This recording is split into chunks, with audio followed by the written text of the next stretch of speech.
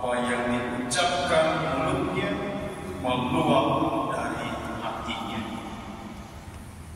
Saudara-saudariku yang terkasih dalam Kristus, ketika kita mengikuti interview untuk mendapatkan pekerjaan, sebelum melamar pekerjaan biasanya itu ada interview. Apa yang paling penting dari interview itu? Penampilan atau apa yang kita sampaikan? Seringkali orang berpikir bahwa harus melakukan penampilan menarik supaya bisa diterima.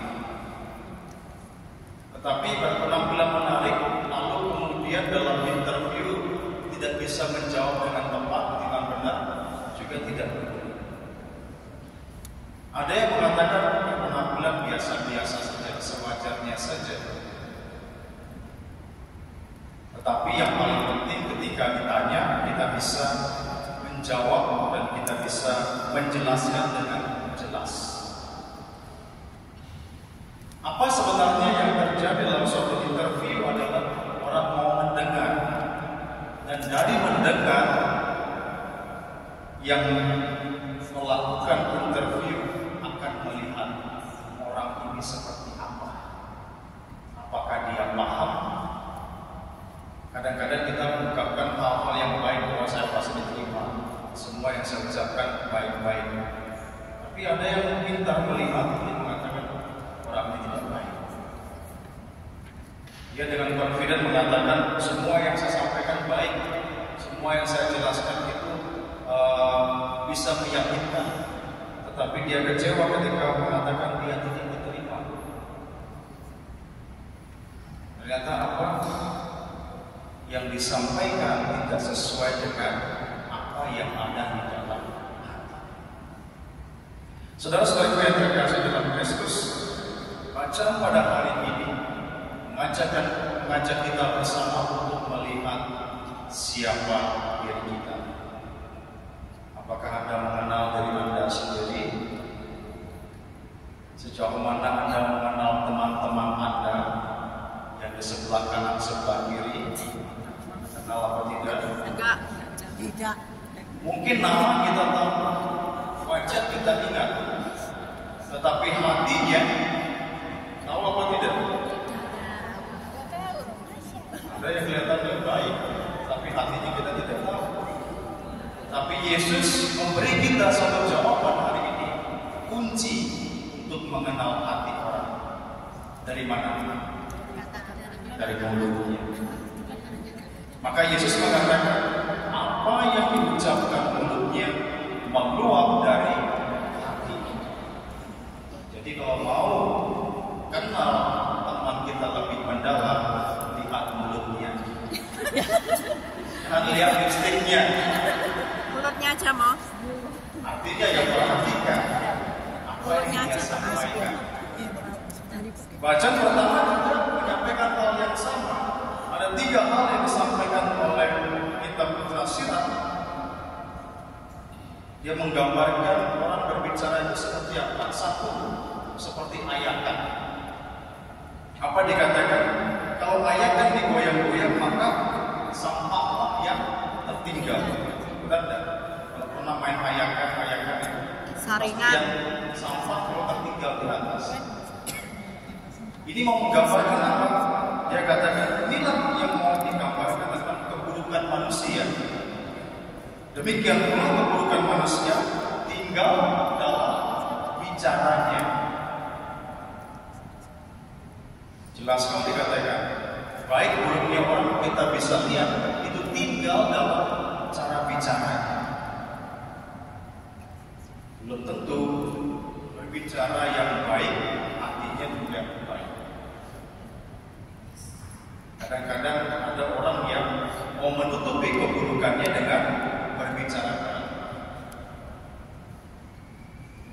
Ini sangat luar biasa, actingnya maksudnya. Itu menjadi contoh dari aktor atau aktris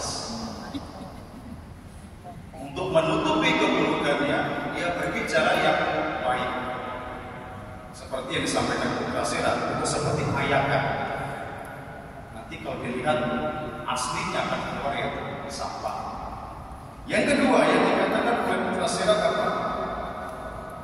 Bicara itu juga seperti perapian menguji periuk, dan demikian juga ujian untuk manusia terletak dari bicara. Lagi yang disampaikan ialah tentang berbicara.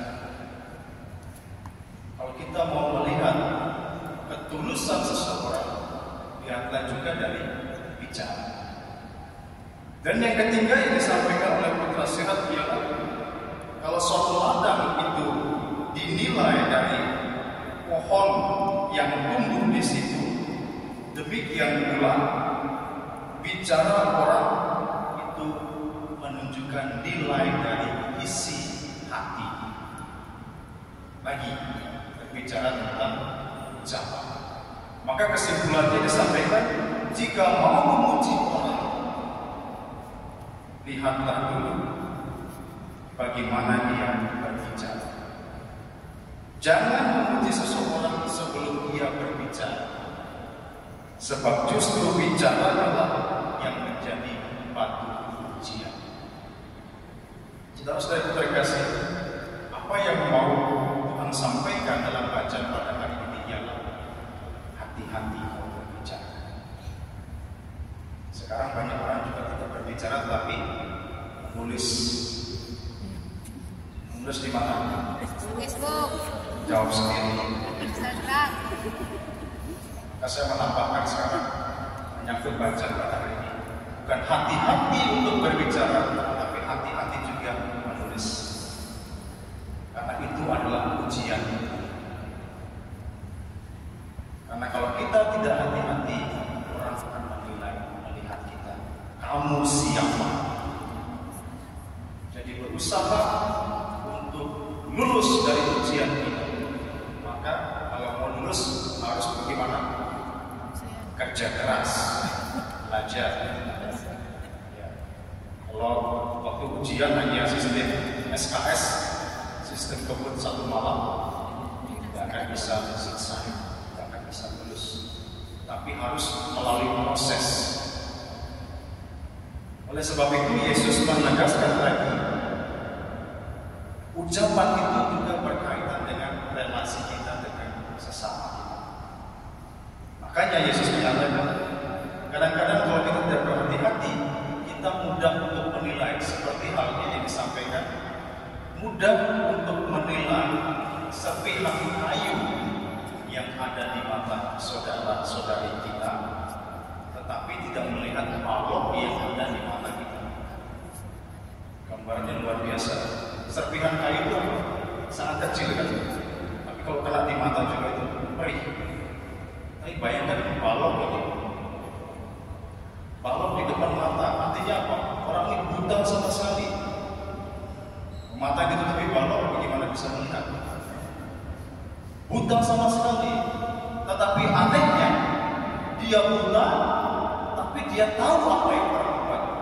Itu impossible. Orang buta bisa tahu oh, orangnya seperti ini, orang itu buat ini, orang itu buat itu. Itu luar biasa. Orang yang terkena serpihan aja itu samar-samar melihatnya. Tidak bisa tahu ini balok, dia bisa melihat. Artinya apa? Ini adalah orang yang tidak berhati-hati dalam menggunakan mulutnya, tidak berhati-hati dalam berbicara, sehingga dengan mudah untuk mengatakan si A ini seperti ini, si B itu seperti itu, si ini baik, si ini tidak baik, tetapi untuk dirinya sendiri tidak bisa dilihat.